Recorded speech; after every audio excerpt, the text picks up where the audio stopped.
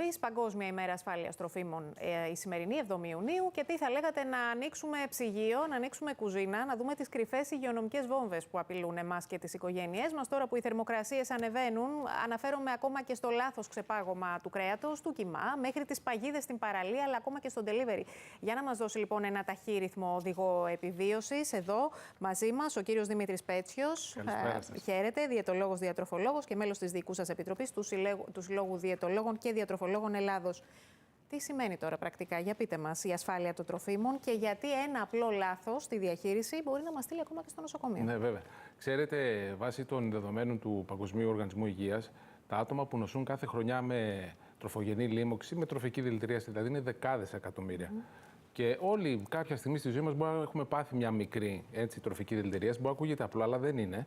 Γιατί άνθρωποι οι οποίοι είναι σε ευαίσθητες πληθυσμιακές ομάδες, δηλαδή έγκυοι, άνθρωποι ηλικιωμένοι με χαμηλό ανοσοποιητικό, είναι πολύ επικίνδυνη η κατάσταση. Και υπάρχει λόγος που τη γιορτάζουμε 7 Ιουνίου τη σημερινή μέρα, γιατί το καλοκαίρι είναι αγαπημένη περίοδος των τροφικών δηλητηριάσεων για όλους αυτούς τους λόγους που προαναφέρατε. Επειδή ο κόσμος νομίζει ότι η ασφάλεια τροφίμων αφορά τους ελέγχους από τους κρατικούς μηχανισμούς ή τους ελέγχους στα εστιατόρια και στα σούπερ μάρκετ, δεν είναι έτσι. Η ασφάλεια τροφίμων ξεκινάει από το σπιτικό μας, από το νοικοκυριό. Από το πώς... Πρώτα ακόμα και από το φαγητό μας, το οποίο μπορεί να μένει συχνά πάνω στο τραπέζι. Ακριβώς. Και εμείς να θεωρούμε ότι είναι ασφαλές, αλλά ας πούμε, ποιο είναι το χρονικό όριο που μπορεί να γίνει κάτι τέτοιο? Θα πάμε εντάχει, γιατί καταλαβαίνουμε ότι μας πιέζει ο χρόνος. Το πρώτο πράγμα είναι αυτό. Δηλαδή, όταν μαγειρεύουμε ένα φαγητό, μόλις αυτό κρυώσει και πιάσει τη θερμοκρασία δωματίου να μην είναι ζεστό μετά το μαγείρεμα, το αποθηκεύουμε, ειδικά αυτή την περίοδο του καλοκαιριού, απευθείας στο ψυγείο. Δεν το αφήνουμε έξω. Μπορεί το χειμώνα να μαγειρεύαμε ένα φαγητό το βράδυ και να το αφήναμε μέχρι το πρωί και να το καταναλώνουμε το μεσημέρι. Αυτό επουδενή αυτή την περίοδο, ειδικά άμα είναι μαγειρεμένο το μεσημέρι.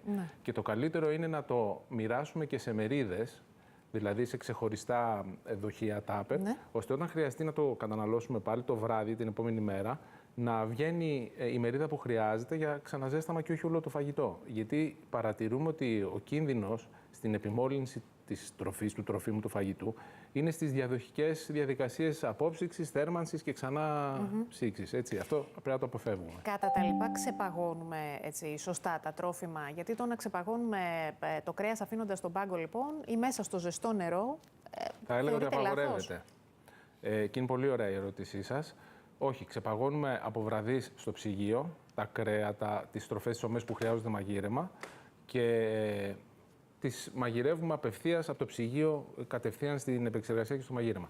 Μπορούμε να χρησιμοποιήσουμε τα μικροκύματα εφόσον το επιτρέπει το τρόφιμο, αλλά το τρόφιμο πρέπει να μαγειρευτεί αμέσως μετά την απόψυξή του με τα μικροκύματα. Και ενίοτε υπάρχουν και τροφές οι οποίες μπορούν να μαγειρευτούν κατευθείαν από την κατάψυξη. Δηλαδή είναι τα κατεψυγμένα λαχανικά, κάποια φαγητά της λαδερά, ο αρακάς, το σπανακόριζο, το κατεψυγμένο, δεν έχουν πρόβλημα. Ναι, σωστά. Άρα δεν είναι πάντα ασφαλές να ξαναζεστάνουμε και το φαγητό. Και εδώ είναι ένας μεγάλος κίνδυνος, ίσως είναι το πιο σημαντικό. Προσέχτε. Πολλοί πιστεύουν ότι ξαναζεσταίνοντας το φαγητό θα σκοτώσουν και τα μικρόβια που μπορούν να έχουν αναπτυχθεί, όπου συμβαίνει το αντίθετο.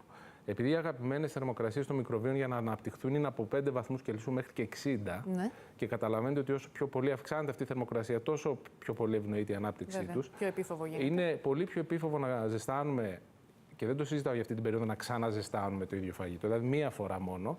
Και πάλι, αφού πρώτα το έχουμε αποθηκεύσει σωστά, όπως προαναφέραμε, και το χειριζόμαστε σωστά. Ένα παράδειγμα είναι το ρύζι, που να ξέρει ο κόσμος. Δηλαδή τώρα, αυτή την περίοδο, λένε βραστό ρύζι. Είναι και να μείνει λίγο έξω, δεν πειράζει, θα το βάλω στο ψυγείο, θα το ξαναζεστάνω. Είναι πολύ πιθανό. Είναι τόσο αθώο όμως, Όχι, ειδικά δεν συζητάω καν για τροφές.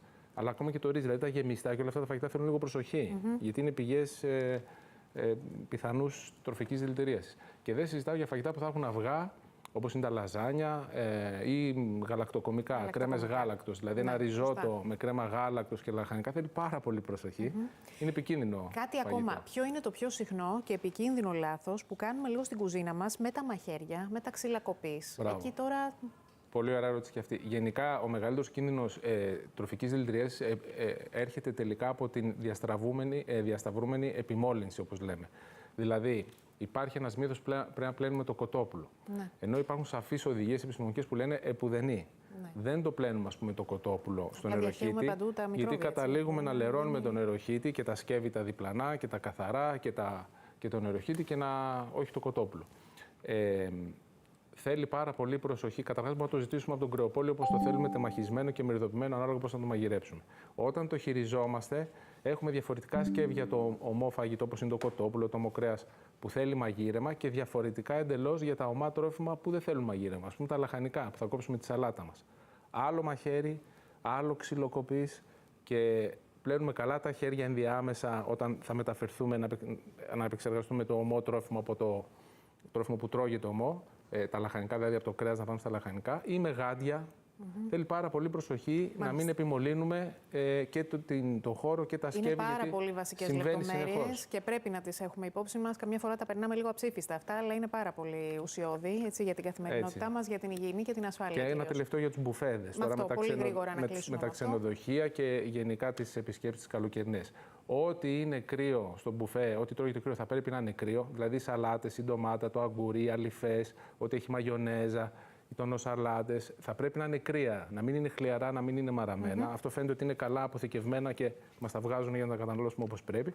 Και ό,τι τρώγεται ζεστό, τα κρέατα και τα φαγητά, θα πρέπει να είναι ζεστά. Δηλαδή σε αυτά τα σκεύη που τα κρατάνε ζεστά. Διαφορετικά δεν το καταναλώνουμε. Δεν το ακουμπάμε. Σας ευχαριστούμε πάρα πολύ. Να είστε καλά. Καλή συνέχεια και σε εσάς. Σας ευχαριστούμε. Λοιπόν, ελάτε κυρίες και κύριοι να κλείσουμε.